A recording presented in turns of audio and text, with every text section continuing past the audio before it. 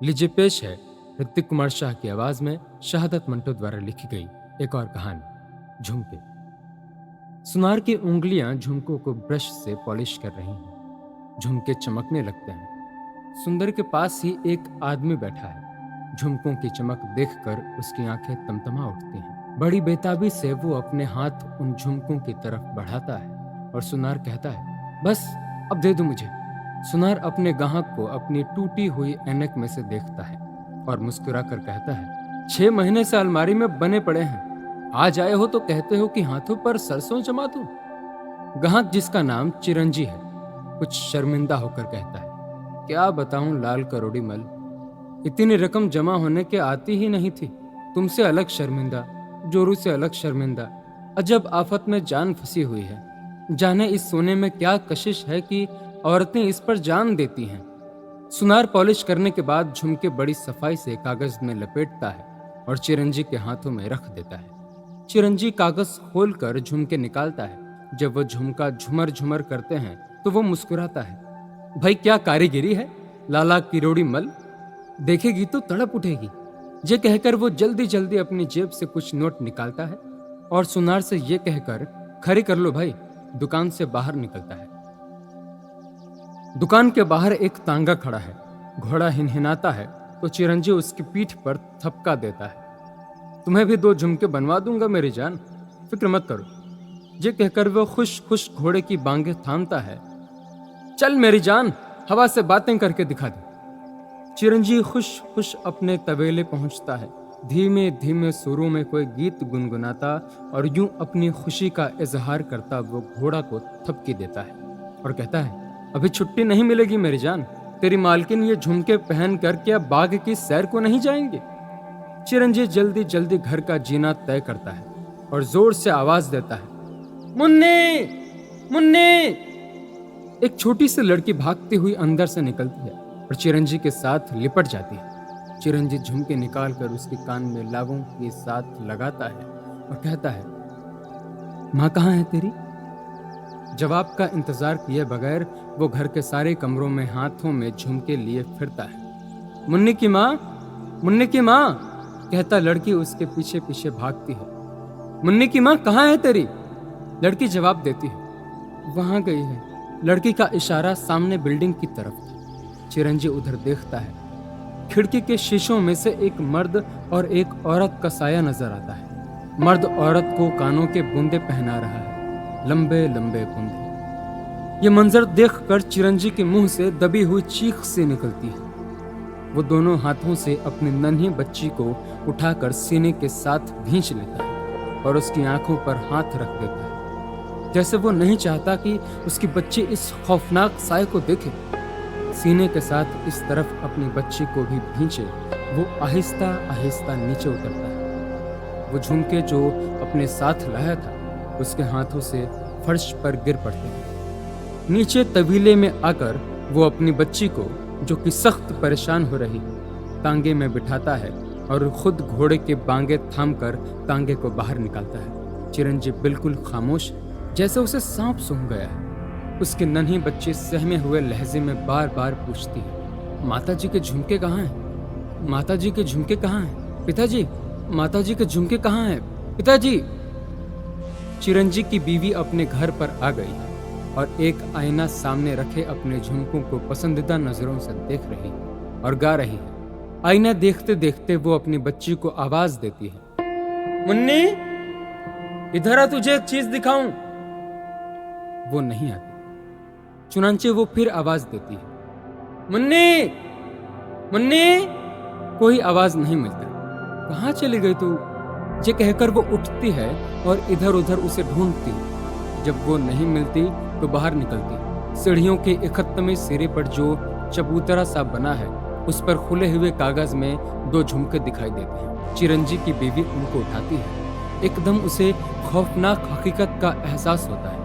उन झुमकों की मुट्ठी में भींचकर वो चीखती है। उसे मालूम हो गया है कि सब कुछ मालूम हो गया है। दीवानों की तरह दौड़ी दौड़ी अंदर जाती है। सब कमरों में पागलों की तरह चकराती है और मुन्नी को आवाजें देती है। जब उसके दिमाग का तूफान कुछ कम होता है तो वो वहीं बैठ जाती है। जहां पहले बैठी थी। उसके सामने आईना पड़ा है, उसमें वो गैर इरादी तौर पर अपनी शक्ल देखती है। चिरंजी की बीवी जब अपनी शक्ल उस जाविये में देखती है तो उससे मुतन्नफिर होकर आईना उठाती है और जमीन पर पटक देती है। आईना चकनाचूर हो जाता है, उठती है और वो आहिस्ता आहिस्ता कदम उठाती बाहर निकलती है। सामने वाली बिल्डिंग का एक कमरा ये पुरतकल्लुफ तरीके से सजा हुआ है। एक लड़की और एक लड़का जिसकी उम्र में तकरीबन 2 बरस का फर्क है। लड़की 6 बरस की और लड़का 8 बरस का है। दोनों अपने बाप के पास बैठे हैं और उससे खेल रहे हैं। इतने में दरवाजे पर हौले हौले दस्तक देती है। पहली बार जब दस्तक होती है तो बच्चों का बाप नहीं सुनता। जब दूसरी बार फिर होती है तो वो चौंकता है, बच्चों की तरफ देखता है, फिर उनकी आया की तरफ और कहता है, इनको बाहर ले जाओ, कोई मेरा मिलने वाला आया है। जल्दी जल्दी बच्चों को निकालकर दरवाजा बंद करता है, दूसरे दरवाजों की तरफ बढ़ता है। जब दरवाजा खुलता है तो चिरंजी की बीवी दाखिल होती है। उसको देखकर बच्चों के बाप को सख्त हैरत होती है। वो उससे कहता है, तुम तो कह रहे थे मुझे जल्दी घर जाना है, अब वापस कैसे आ गई? चिरंजी की बीवी कुछ जवाब नहीं देती, साकेत जामेद खड़ी रहती है। उसको खामोश देखकर वो फिर उससे पूछता है, वो अभी तक वापस नहीं आया? चिरंजी की बीवी जवाब नहीं देती। वो फिर उससे सवाल करता है, तुम खामोश क्यों हो? झुमके पसंद नहीं आए? चिरंजी के बीवी के होंठ खुलते हैं, फीकी सी मुस्कुराहट के साथ कहती है, क्यों नहीं आए? बहुत पसंद आए। क्या और ला दोगे मुझे? बच्चों का बाप मुस्कुराता है, जितने कहो, बस यही बात थी।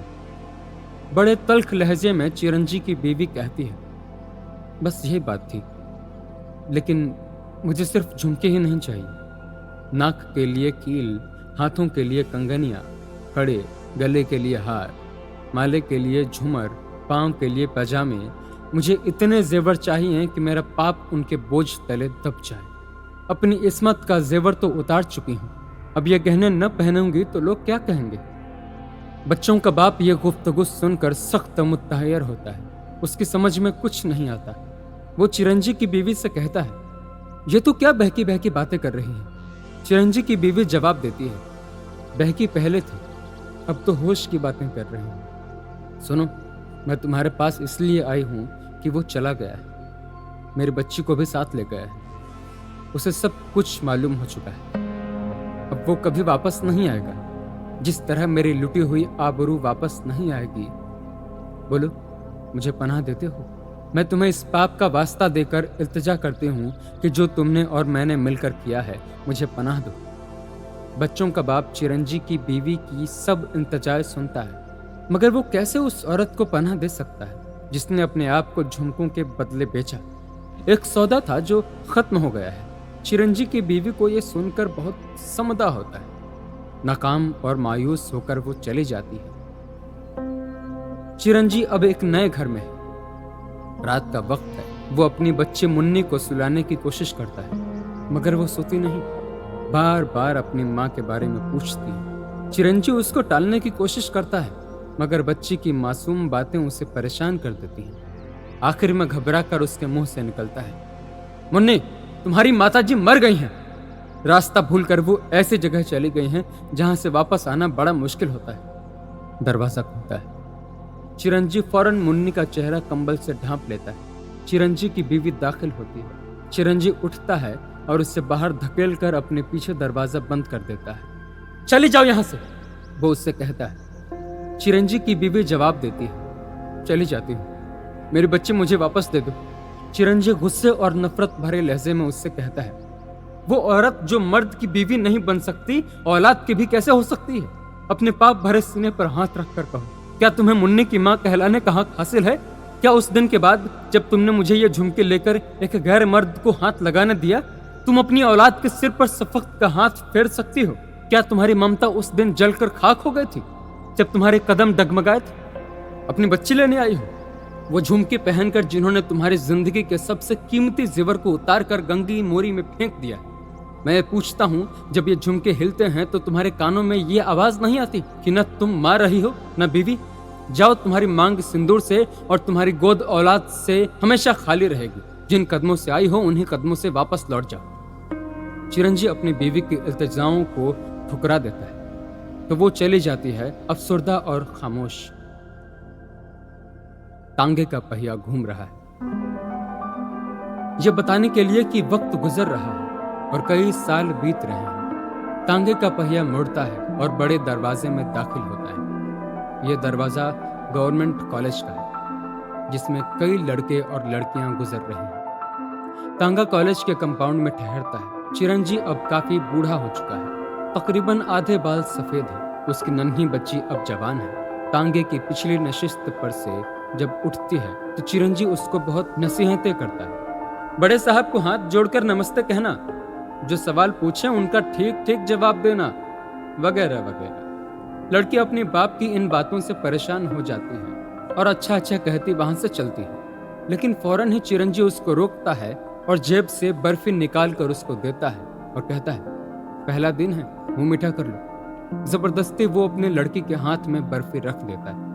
सामने कॉलेज के बरामदे में 2-3 लड़के खड़े हैं जो आने जाने वाले लड़कों और लड़कियों को घूर रहे हैं। जब कृष्ण कुमारी, चिरंजी की बेटी, बरामदे की तरफ आती है तो एक लड़का जिसका नाम जगदीश है अपने साथी की पसलियों में कोहनी से ठोंक देता है और कहता है, लो भाई, एक फर्स्ट क्लास चीज आई है, तबीयत साफ हो जाएगी तुम्हारी।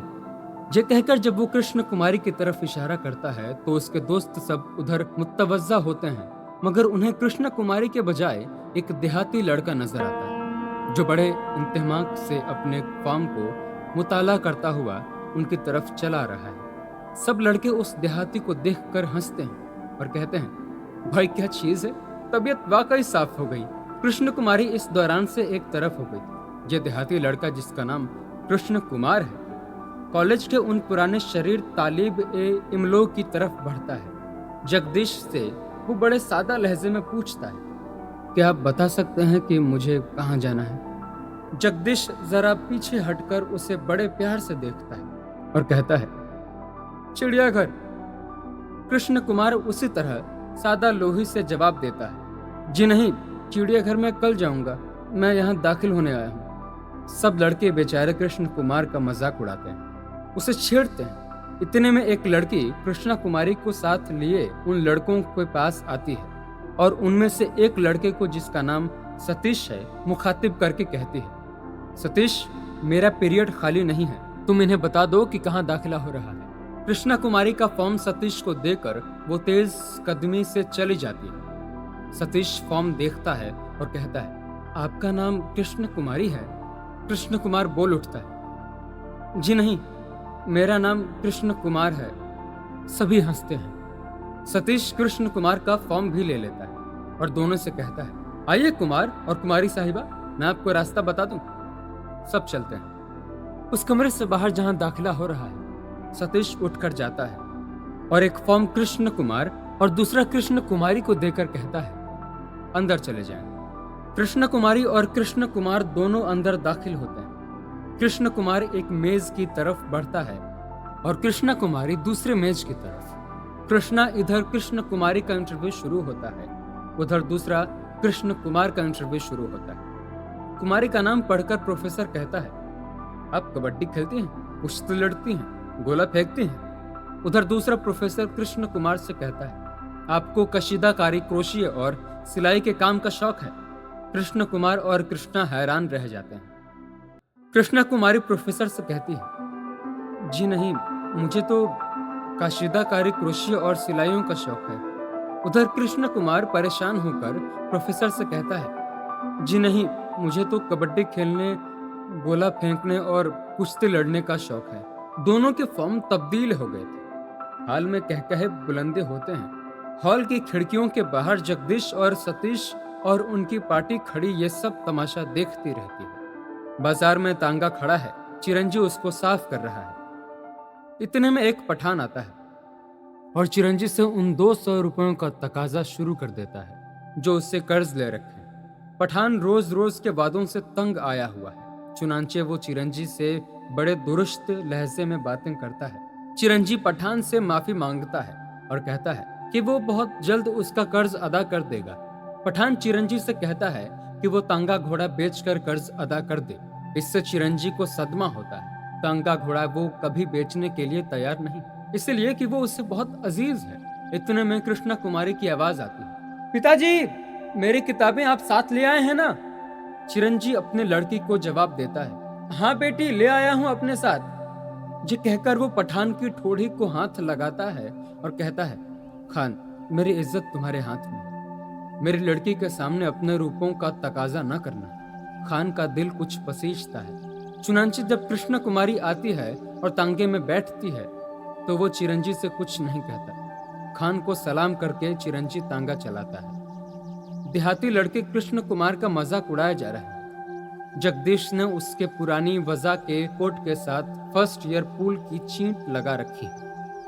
जिधर से वो बेचारा गुजरता है, लड़के उसकी तरफ देखकर हंसते हैं। कृष्ण कुमार जब सबको हंसता देखता है तो खुद भी हंसना शुरू कर देता है। इस दौरान में चिरंजी का तांगा और एक मोटर आती है। मोटर में से सतीश और उसकी बहन निकलते हैं। ये वही लड़की है जिसने कृष्णा कुमारी का फॉर्म सतीश को दिया था और कहा था, इनको वो जगह बता दो जहां दाखिला हो रहा है। कृष्णा कुमारी जब सतीश की बहन निर्मला को देखती है तो उसको नमस्ते करती है। निर्मला नमस्ते का जवाब देती है और अपने भाई का तारुफ कराते हुए कहती है, जी मेरे भाई सतीश हैं, मगर आपकी एक बार पहले मुलाकात हो चुकी है। सतीश कृष्णा कुमारी की तरफ देखकर मुस्कुराता है और कहता है, आप कबड्डी खेलती हैं, कुश्ती लड़ती हैं और गोला फेंकती हैं। कृष्णा कुमारी उस रोज का वाकया याद करके शर्मा जाती है, मगर साथ ही हंस पड़ती है। तीनों कॉलेज की तरफ बढ़ते हैं। कुछ दूर जाते हैं तो शोर सुनाई देता है। जगदीश और उसके साथियों ने कृष्णा कुमार को कीचड़ भरे गड्ढे में धकेल कर गिरा दिया था। कीचड़ में बेचारा लथपथ है। लड़के छेड़ रहे हैं। जगदीश आगे बढ़कर उसे उठाने लगता है तो उसका कोट फट जाता है। कृष्णा कुमार से अब बर्दाश्त नहीं हो सकता क्योंकि ये कोट उसके बेहद अजीज है। ये उसके मरहूम बाप का था जो उसके माँ ने संभाल कर उसके लिए रखा था। जब उसका कोट फट जाता है तो वो दीवानों की तरह उठता है और जगदीश को पीटना शुरू कर देता है। कॉलेज में जगदीश की धाक बैठी हुई थी कि वो बहुत लड़ाका है, कोई उसके मुकाबला में नहीं ठहर सकता। मगर जब कृष्ण कुमार उसे बुरी तरह लताड़ता है, सब लड़के हैरान रह जाते हैं। और जगदीश और कृष्ण कुमार दोनों कुश्ती लड़ते लड़ते कृष्ण कुमारी और निर्मला के पास आ जाते हैं तो जबरदस्त घूंसा मारकर जब कृष्ण कुमार जगदीश को गिराता है तो बेइख्तियार कृष्णा कुमारी के मुंह से निकलता है, ये क्या वहशियापन है। कृष्ण कुमार ये आवाज सुनता है और अपना हाथ रोक लेता है। सतीश जगदीश को उठाकर एक तरफ ले जाता है। इतने में घंटी बजती है। सब लोग चले जाते हैं। सिर्फ कृष्ण कुमार और कृष्णा कुमारी अकेले रह जाते हैं। दोनों चंद लम्हात खामोश खड़े रहते हैं। आखिर में कृष्ण कुमार नदामत भरे लहजे में कृष्णा कुमारी से कहता है, मुझे माफ कर दो, आइंदा मुझसे कभी ऐसी वहशियत हरकत नहीं होगी। कृष्णा कुमारी उसकी सादगी से बहुत मुत्तसिर होती है। जब वो उससे कहता है, मैं किसी से कुछ नहीं कहता, लेकिन ये लड़के मेरी तरफ देखकर क्यों हंसते हैं, क्यों छेड़ते हैं, क्यों तंग करते हैं। मुझे कीचड़ में लथपथ कर दिया है, ये मेरा कोट फाड़ दिया है जो मेरे बाप का है। कृष्णा कुमारी उससे हमदर्दी करती है और उसे बताती है कि लड़के उसको सिर्फ इसीलिए छेड़ते हैं कि उसका लिबास पुराना वजह का है। अगर वो उस तरह का लिबास पहनना शुरू कर दे जैसा कि दूसरे पहनते हैं तो उसे कोई नहीं सताएगा। कृष्णा कुमारी की बातें कृष्ण कुमार के जहन में बैठ जाती है। जगदीश और उसके साथी झाड़ियों के पीछे से उन दोनों की बातें करते सुन लेते हैं। हॉस्टल। कृष्ण कुमार अपने कमरे में आईने के सामने खड़ा है और सूट का मुआयना कर रहा है। इस दौरान में वो एक गाना गाता है, बड़े जज्बात भरे अंदाज में। उसके गाने से मालूम होता है कि वो किसी के इश्क में गिरफ्तार हो गया है। साथ वाले कमरे में जगदीश दंड पेल रहा है। जब उसे गाने की आवाज आती है तो वो बहुत हैरान होता है। दरवाजा खोलकर वो बाहर निकलता है और ये मालूम करता है कि साथ वाले कमरे में कोई गा रहा है। बाहर निकलता है और कमरे के दरवाजे पर दस्तक देता है। अंदर से आवाज आती है, आ जाओ। जगदीश दरवाजा खोलकर अंदर दाखिल होता है तो क्या देखता है कि कृष्ण कुमार नया सूट पहने खड़ा है। जब दोनों की आंखें चार होती हैं तो कृष्ण कुमार कहता है, आप लड़ने आए हैं तो मेहरबानी करके यहाँ से चले जाइए, क्योंकि मैं अब किसी पर हाथ नहीं उठाऊंगा। जगदीश मुस्कुराता है और अपने तले लगे बदन की तरफ देखता है। नहीं, मैं लड़ने नहीं आया, सुलह करने आया हूँ। ये कहकर वो अपने हाथ बढ़ाता है जिसे कृष्ण कुमार कबूल कर लेता है। इसके बाद जगदीश उसके गाने की तारीफ करता है और कहता है, दोस्त, ऐसा मालूम होता है कि तुम्हारे दिल को लगी है। आवाज में ये दर्द यूं ही पैदा नहीं हुआ, जरूर किसी की तिरछी नजर ने तुम्हें घायल किया है। कृष्ण कुमार बहुत सादा लौह है, फौरन ही अपने दिल का राज जगदीश को बता देता है। अब तुमने दोस्त कहा है तो तुमसे क्या पड़ता है। उस लड़की कृष्ण कुमारी ने ऐसी प्यारी प्यारी बातें की हैं कि कुछ समझ में नहीं आता। मेरे दिल को क्या हो गया है। बड़ी शरीफ और बड़ी हमदर्द लड़की है। उसने मुझे बताया कि तुम लोग मुझे क्यों छेड़ते हो। अब देख लो, उसके कहने पर मैंने 3 सूट बुनवा लिए हैं। जगदीश उसका हमराज बन जाता है और उससे कहता है, तुम्हें इश्क हो गया है, समझो, यानी तुम्हारा दिल जो है ना, वो उस लड़की पर आ गया है। अब तुम्हें ये चाहिए कि उस लड़की पर अपने इश्क का इजहार कर दो। अगर तुमने अपनी मोहब्बत अपने पहलू में दबाए रखा तो उसे जंग लग जाएगा। और देखो, औरत को अपनी तरफ माइल करने का सबसे आसान तरीका यह है कि उसे कोई तोहफा दो, अंगूठी, बूंदे, झुमके, कुछ भी। सादा लौह कृष्ण कुमार जगदीश की ये सब बातें अपने पल्ले बांध लेता है। कॉलेज के बगीचे में कृष्ण कुमारी एक बेंच पर बैठी है। कृष्ण कुमार आहिस्ता आहिस्ता उसके पास जाता है। जिस तरह जगदीश ने कहा था उस तरह वो उस पर अपने इश्क का इजहार करता है, बड़े खाम अंदाज में। इसके बाद वो अपनी जेब से एक छोटी सी डिबिया निकालता है और कृष्ण कुमारी को सोने के झुमके तोहफे के तौर पर पेश करता है। कृष्ण कुमारी ये डिबिया गुस्से में आकर एक तरफ फेंक देती है। कृष्ण कुमार को सदमा पहुंचता है और हैरत भी होती है। चूंकि वो बेहद सदा लौह है, इसीलिए वो सारी बात कृष्णा को बता देता है। मुझे जगदीश ने कहा था कि दिल में कोई बात नहीं रखनी चाहिए। मुझे कई रातों से नींद नहीं आई। मैं हर वक्त तुम्हारे मुतल्लिक सोचता रहता हूँ। तुमने क्यों मुझसे हमदर्दी का इजहार किया था। अगर मेरे दिल में तुम्हारे लिए मोहब्बत पैदा हुई है तो ये तुम्हारा कसूर है, मेरा नहीं। ये झुमके जो मैंने तुम्हें दिए हैं, इनसे मेरी मोहब्बत जाहिर नहीं होती। ये तो मुझसे जगदीश ने कहा था कि एक मौके पर तोहफा देना जरूरी होता है। मैं तो अपनी सारी जिंदगी तुम्हें तोहफे के तौर पर देने के लिए तैयार हूँ। जब कृष्ण कुमारी को यह मालूम होता है कि जगदीश ने उसे बेवकूफ बनाने की कोशिश की थी और वो कृष्ण कुमार को साफगोई से मुत्तसिर होती है, तो वो झुमकों की डिबिया उठा लेती है और अपने पास रख लेती है और उससे कहती है, मुझे तुम्हारा यह तोहफा कबूल है। कृष्ण कुमार बहुत खुश होता है। झुमके लेकर कृष्ण कुमारी कुछ और कहे सुने बगैर चली जाती है। कृष्ण कुमार चंद लम्हात खामोश खड़ा रहता है। इतने में जगदीश और सतीश दोनों झाड़ियों के पीछे से निकलते हैं और कृष्ण कुमार को मुबारकबाद देते हैं। कृष्ण कुमार बहुत झोंकता है। इसके साथ ही वो जगदीश से कहता है, मगर यार, तुमने तो कहा था कि ये बात किसी को नहीं बतलाऊंगा। सतीश की तरफ देखकर वो फिर कहता है, इनको भी पता चल गया है। जगदीश कृष्ण कुमार को तसल्ली देता है कि सतीश अपना आदमी है, वो किसी से कुछ नहीं कहेगा। चुनांचे सतीश भी कृष्ण कुमार को हर मुमकिन तसल्ली देता है कि वो उसके इश्क का राज किसी को नहीं बताएगा। तवेले में चिरंजी साज पाशिल कर रहा है, तांगे की पीतल की चीजें पॉलिश कर रहा है, घोड़े को मालिश कर रहा है। जब मालिश करता है तो उससे प्यार और मोहब्बत की बातें करता है। दोस्त, तुमने मेरी बहुत खिदमत की है। अगर तुम ना होते तो जाने जिंदगी कितनी कैसी होती। तुमने और मैंने दोनों ने मिलकर मुन्नी को पढ़ाया है। इतने में उसके 2-3 दोस्त जो तांगे वाले हैं आते हैं। उसमें एक चिरंजी से कहता है, ये तुम घोड़े से क्या बातें कर रहे हो, जैसे ये सब कुछ समझता है। चिरंजी घोड़े की पीठ पर थपकी देता है और कहता है, इंसानों से हैवानों की दोस्ती अच्छी मेरे भाई, इन्हें कोई वर्गाल तो नहीं सकता। गुलाम मोहम्मद, तेरी जान की कसम सच कहता हूँ, इस जानवर ने मेरी बड़ी खिदमत की है। तांगे ने 18 घंटे जाते रखा है गरीब को। इतने में पठान आता है। चिरंजी उसको सलाम करता है और अपने हमदम के डब से नोट निकालता है और कहता है, खान साहब, ये रहे आपके 100 रुपए, खरे कर लीजिए। बाकी रहे 100, उसका भी बंदोबस्त हो जाएगा। जी, मेरा घोड़ा सलामत रहे। ये कहकर वो बड़े फर्क से अपने घोड़े की तरफ देखता है।